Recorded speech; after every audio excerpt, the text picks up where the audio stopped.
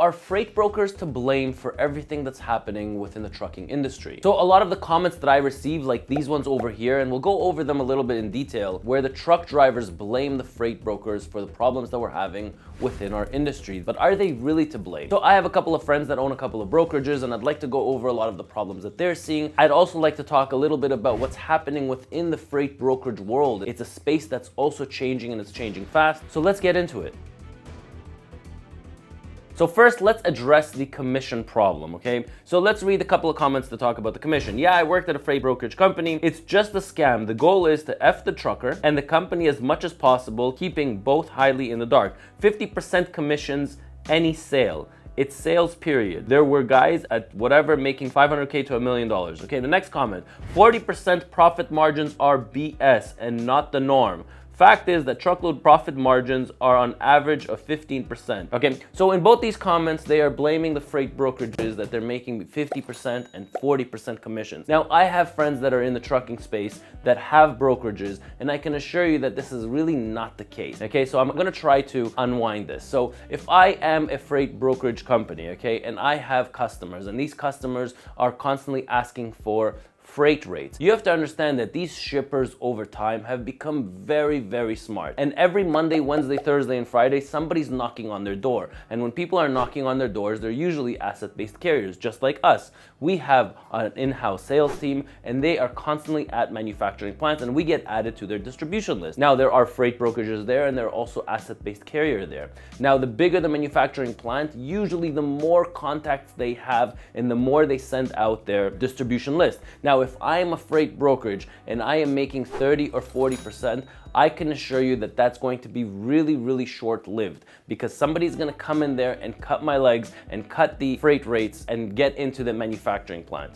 Okay, so if there is a brokerage company that is making 30 or 40%, you better believe that when I knock on the manufacturing plant's door, I am taking that customer away from that freight brokerage, and I'm doing it fairly quickly.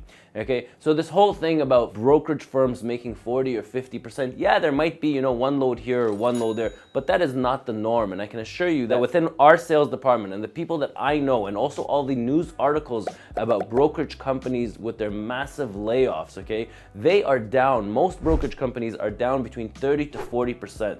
Now, over the last year, it's so much harder for freight brokerages to compete with asset-based carrier. Nobody is going to beat my prices on my way to, from the GTA to Georgia or my GTA to Illinois, because these brokers can't compete with my rates. I am asset-based, and any manufacturing plant that I go into that has direct lanes to these locations, you better believe that I am winning that freight over these brokerage companies, because they need to find a carrier like me and also put the profit on top. Now, their profit margins over the last year have decreased. So they used to be at around 15, 18%, went down to 15, then 14, now 12. Probably 6 months ago it was at 12. Now they're working around 6 or 7, maybe at max at 8% commissions, because otherwise they will not be competitive, and they're starting to feel it. Now, if the brokerage firm made 30 or 40 million dollars last year in gross sales, I can assure you that this year's numbers are probably in the 20, 25. They're all around 30, 35% down. You can see it from the publicly traded companies. I can also tell you this from experience, from the people that I know personally, and from the brokerage companies that I talk to. A lot of these brokerage companies are starting to get into dispatch services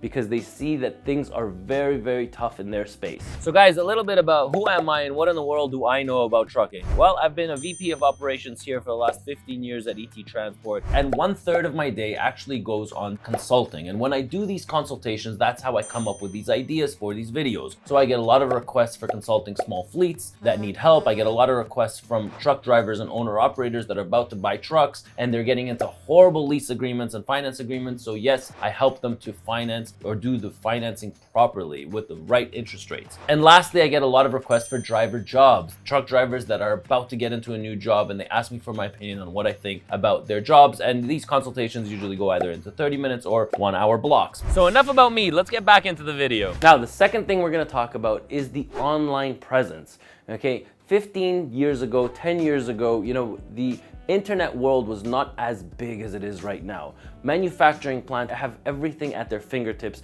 and carriers today, I can populate an ad and put it in front of every single manufacturing plant through Facebook, through Google. I mean, they're so advanced with their technology, so I can literally do a video about I'm an asset-based carrier, use my services, and make sure that that ad goes in front of everybody's face that's in the manufacturing space.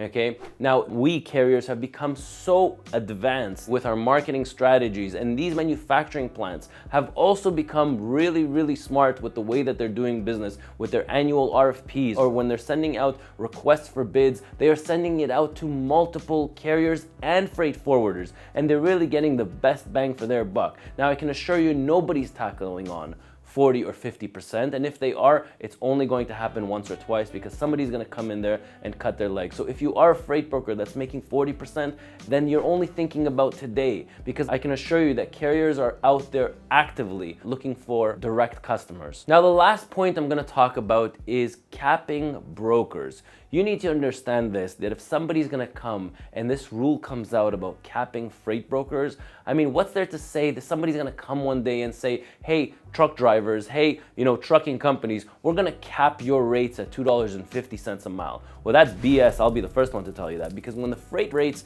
were really high, we were charging $4.50 a mile. I mean, it was not too long ago, 18 months ago, we were charging a fortune. And whenever we would post a truck, I mean, when I posted a truck in Tennessee or in Wisconsin or in anywhere in Pennsylvania, it was like an auction for my truck. I used to get, my phones used to blow up. I used to get a phone call, they would say $2,000, 3 seconds later I get another one, somebody offered me $2,400, $25, $26. It was literally like a live auction happening. I wish I would have recorded it so you guys can see what in the world happened 18 months ago and versus what it is right now. But can you imagine somebody coming to me and say, hey Ronen, your rates are capped? Who are they to decide what my rates are? Just like these freight brokers, who are we to tell them what they can charge and what they cannot charge? I can assure you that anybody that's doing excessive billing, they're not in it for the long run. They're in it to make money right now, and they'll be gone very quick.